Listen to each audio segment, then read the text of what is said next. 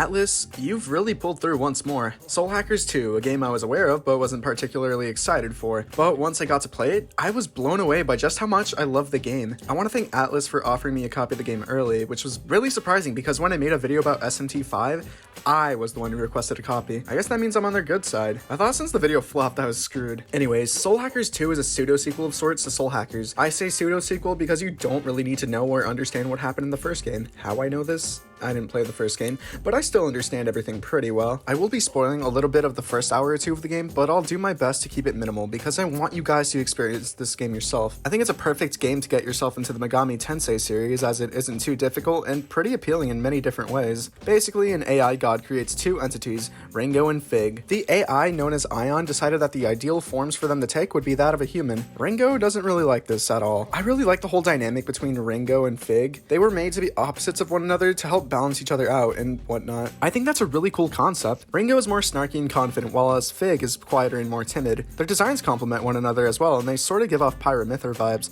even though I've never played Xenoblade, but shh. In the game, your three other party members happen to die right before you meet them, and with the power of soul hacking, Ringo is able to bring them back, at the price of them losing access to their demon, but hey, it happens. Throughout the game, you have to help each of your party members solve their inner turmoil by completing their individual soul matrix, a labyrinth that you can slowly explore as the game progresses. I'm not really sure if you need to do it, but I think it's good to do anyways because you can get a fuck ton of upgrades and items, and I'm pretty sure it is necessary if you want to get the true ending, assuming there is multiple endings, and there most likely is. But on top of that, the main plot is centered around these questionable looking blob things known as covenants.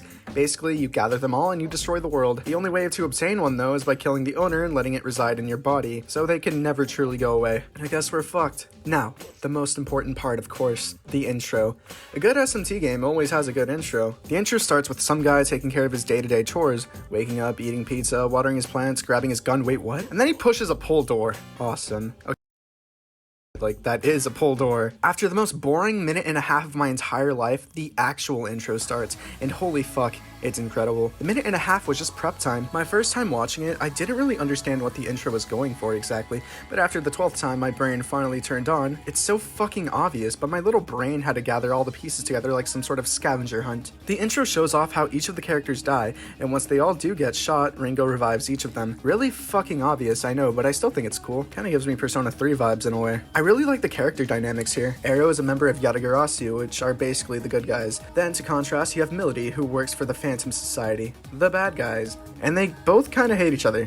Okay, it's mainly just Milady hating Arrow, but you know. Then there's Saizo, who is unbiased and basically works for whoever pays more. Then you have Ringo, an agent of Ion who has no idea what the hell's going on. I think the main reason I enjoyed this game more than SMT5 was because Soul Hackers 2 has far more intriguing characters. Don't get me wrong, I love a good story, but when there's a lack of appealing characters, it doesn't interest me as much. I think that's a big reason why I like Persona. They focus on the characters more than they would in other SMT games, but in Soul Hackers 2, the majority of the game's focus is on characters and understanding them. The character designs in this game are so fucking cool. The protagonist in this game is Ringo. At first, I thought it was this guy right here, but we'll get to him in a bit. Ringo is so fucking snarky and witty. She's awesome. Some people don't really like her hair all too much, but I like it. Her outfit's pretty cool too, so I think she passed the fit check. Arrow looks like your generic protagonist, but he's not the protagonist. He sort of just fills out the dude bro character archetype, so yeah, he's pretty alright. Milady is your badass assassin character, and she really doesn't like Arrow. Saizo gives me mad Sanji vibes, and he doesn't really pick a side. He just kinda exists in no man's land. I think all of their outfits look really great. Their 3D models also look really great, but where I think the game shines most is their character portraits. They look amazing, and I really like the art style they chose to go with. I also like how the characters lip sync with their dialogue instead of them just endlessly blabbing. Some of the characters give me Danganronpa vibes, and I know I probably just pissed off a fuck ton of people with that statement, but I mean, look at them. If that doesn't scream Danganronpa, I don't know what does. I really like the music in this game. It keeps with the futuristic dystopia theme surrounding the game, but aside from the intro, none of them really stand out. The boss and mini-boss themes are great, but if you ask me at this point in time what they sound like, I wouldn't be able to tell you. Not because of a non-disclosure agreement, but because they just aren't catchy enough. I hadn't fought the final boss yet at the time of writing this, but I can already tell that it's gonna be amazing. Also, as I was playing, Atlus decided to give me more and more DLC, so no, I have all of them. I'm not sure how, when, or why I got them. They just kinda appeared. Thanks, Atlus. Now I can summon I-Ho. And yes, that's a real thing. Apparently, in an alternate universe, Ion decided that the best form for Ringo and Fig to take would be that of a Jack Frost. He fucking ho. The game's your typical SMT format, 4 party members in a turn-based turn-based RPG using demons and whatnot. But as basic as the combat is, it's still really enjoyable, and all the upgrades you can get make it a lot more interesting. Mystiques are able to give your characters a buff for a certain type of skill, and you're also able to upgrade each individual character. While the normal battles do feel extremely easy, I think the bosses somewhat make up for them. They can be pretty challenging, and rearranging your party members' equipment does take a good amount of thinking. In most SMT games, you're able to receive a 1 more if you hit an enemy's weakness, which allows you to attack again. In this game though, instead of giving a 1 more like in other SMT games, you have what's known as a stack. At the end of your turn, all the stacks you earned get unleashed in an all-out attack type move that hurts all enemies on screen. This is Persona without the Sona. Somehow the entire game I felt a sense of being rich, but still incredibly poor. Seriously, why the fuck is everything so expensive? I guess lore-wise it does make sense, which can be appreciated, but holy fuck, I don't want to give up half my life savings to summon a Jack Frost. A DLC pack allows you to earn items that can be sold, earn you more XP and stat boost, and you can turn them on individually, but I chose not to because I feel like that would make the game even easier than it already was. They also allow you to summon Satan for 0 yen. I already know some IGN reviewers summon this thing and claim the game was too easy.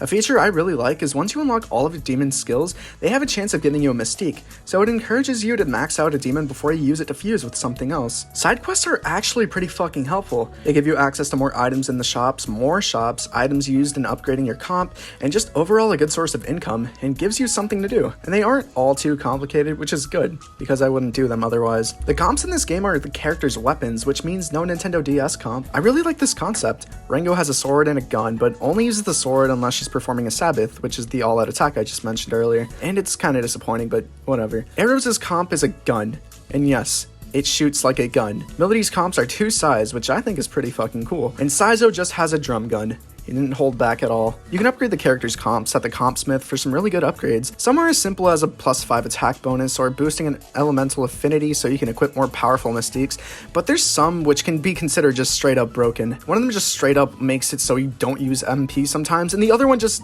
doubles your attack. I think if you're not really familiar with the SMT series, this is a really good game to start off with. It's not too difficult, and you're able to understand how everything works. There's no real need to start fusing right off the bat, which I know can be a bit jarring for new players.